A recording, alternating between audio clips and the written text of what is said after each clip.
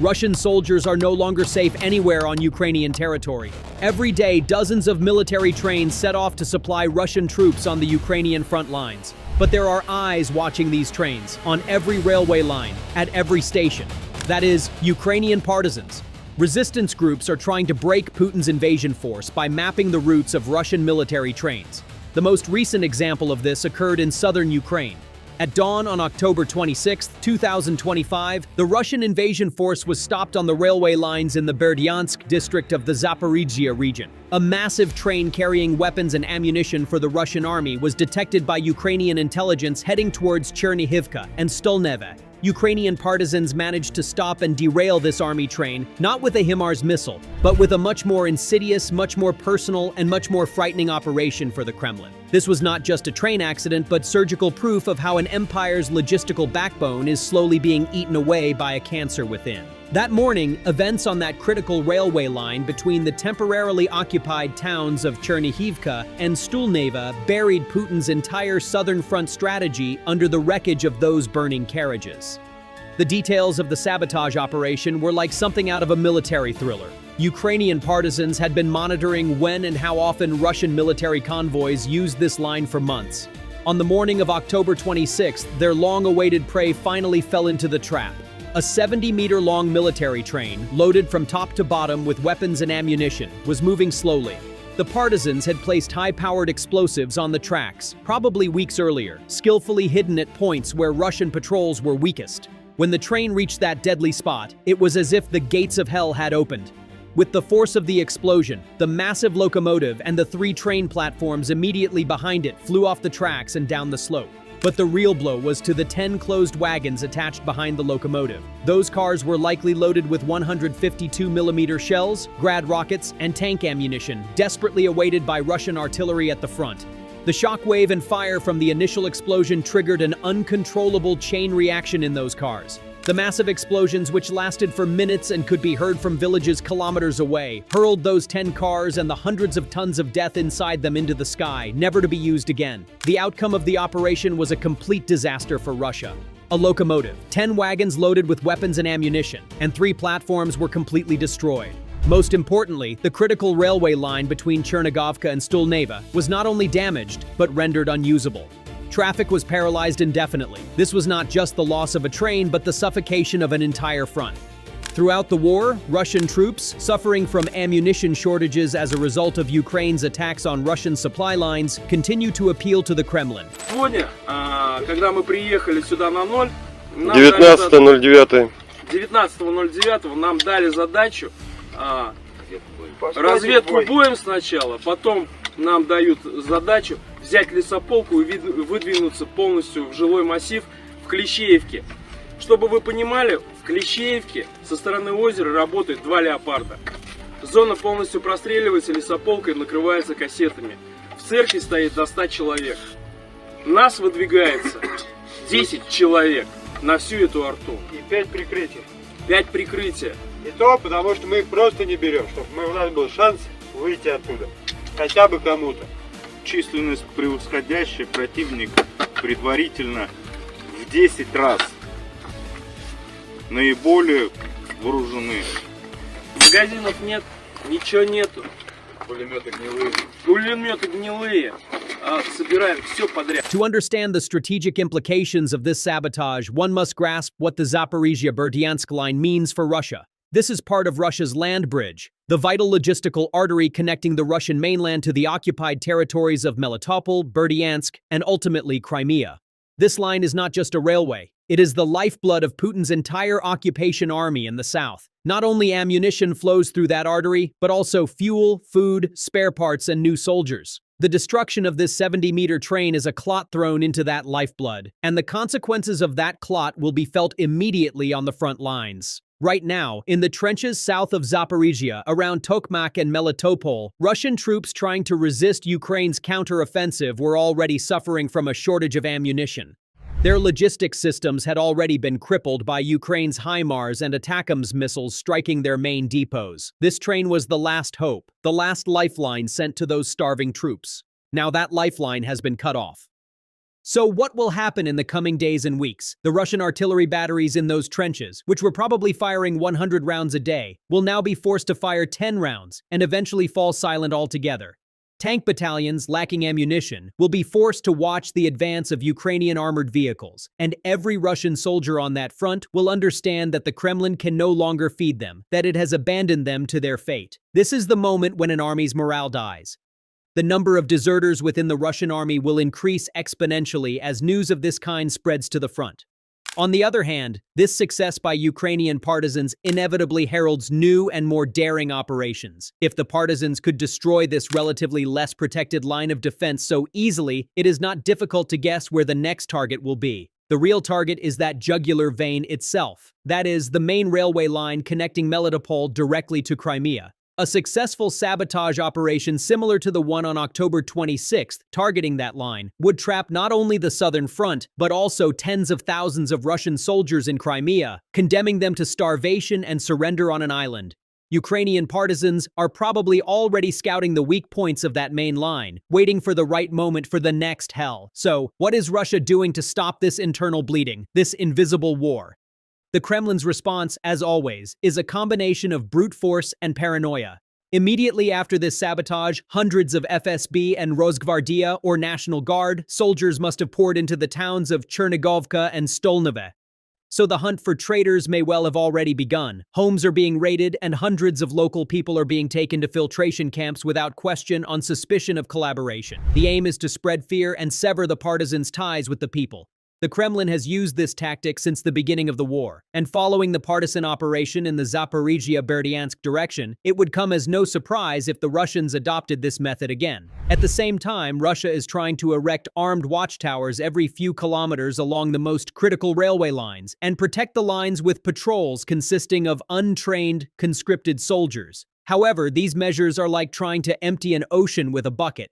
Because Russia's greatest enemy is not the Ukrainian army, but the vastness of the territory it has occupied and the hatred of the people living there.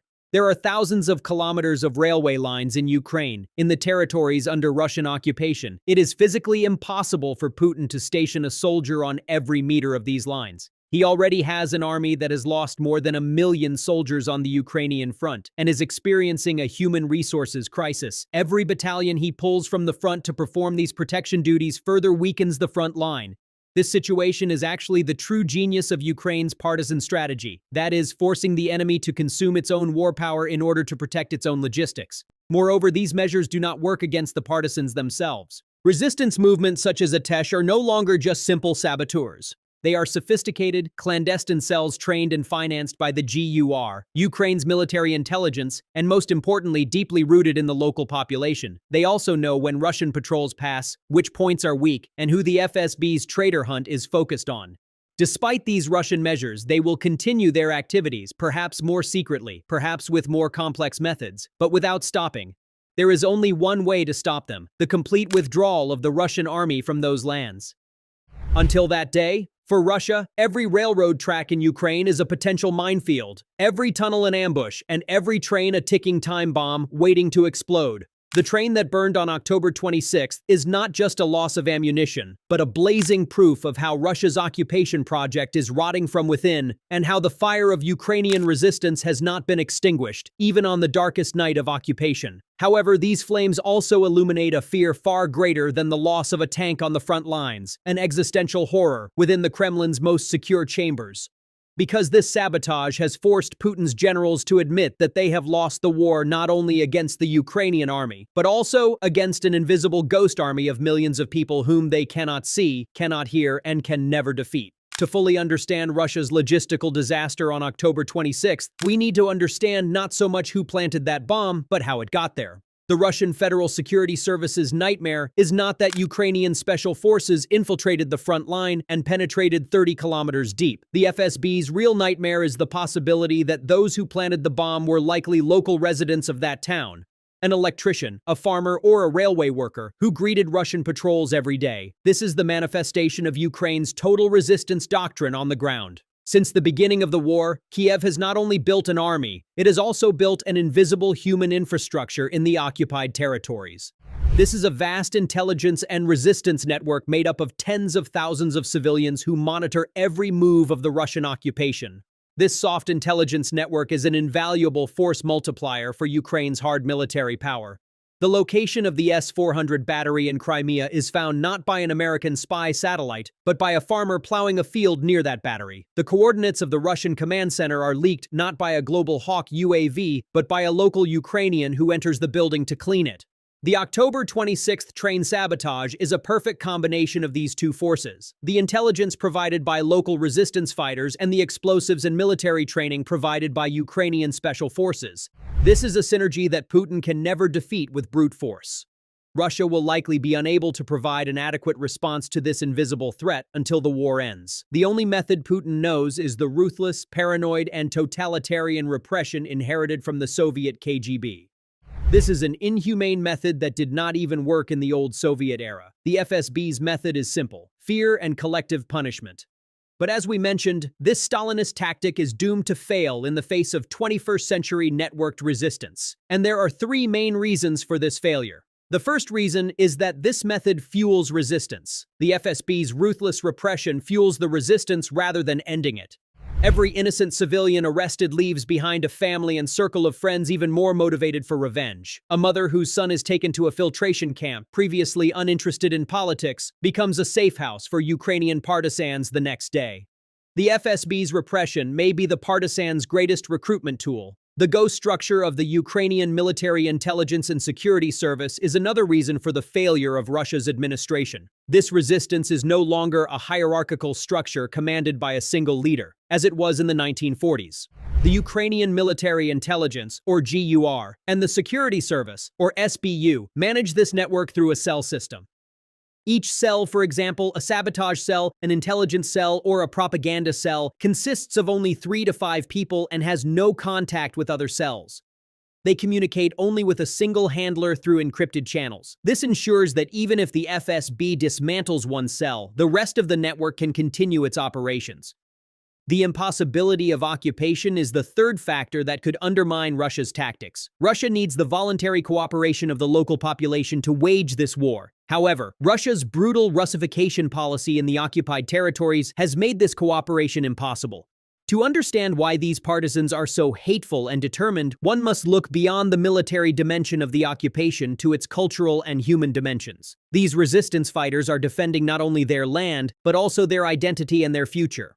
Russia is forcibly conscripting Ukrainian men in cities it has occupied, such as Melitopol, Berdyansk, and Mariupol, in violation of international law. This means forcing a father to fight against his own son on the other side of the front line. This is the greatest tragedy a family and a community can experience. For a woman who has lost her husband or son in this way, blowing up a Russian ammunition train is not a moral choice, but a necessity. The Russian occupation administration has generally placed Kremlin propaganda texts in schools. This is an attempt to brainwash a generation, to make them forget who they are. Thousands of young Ukrainians have been forcibly separated from their families and sent to camps in Russia or given to Russian families as foster children under the guise of patriotic education. This is the real fuel behind the explosion on October 26th. We are talking about the feeling of revenge felt by all Ukrainian resistance fighters, especially the partisans. That pure and unstoppable rage against a regime that steals your language, your children, and your husbands. This rage cannot be extinguished by any torture method or pressure device of the FSB. Thus, Russia finds itself in a two-front war it cannot win on the lands it has occupied. On one side, there is the increasingly powerful conventional force of the Ukrainian army, consisting of F-16, ATACMS, and Leopard tanks. On the other side, there is an invisible, angry, and ruthless partisan army growing in its own backyard, waiting under every train track, inside every electrical transformer, and in the ignition of every collaborator's car. This is the total collapse of Putin's security apparatus. The more soldiers Putin withdraws from the front lines to protect the railways, the weaker the front line becomes. Or the more civilians Putin arrests as traitors, the more people he pushes into resistance. This is a self-perpetuating spiral of chaos with no solution. In short, the train that burned on October 26th is not just a loss of ammunition, but a blazing proof that the Russian occupation is unsustainable, both militarily and morally, and that the will of the Ukrainian people is stronger than the arrogance of even the most powerful empires. Thank you for watching.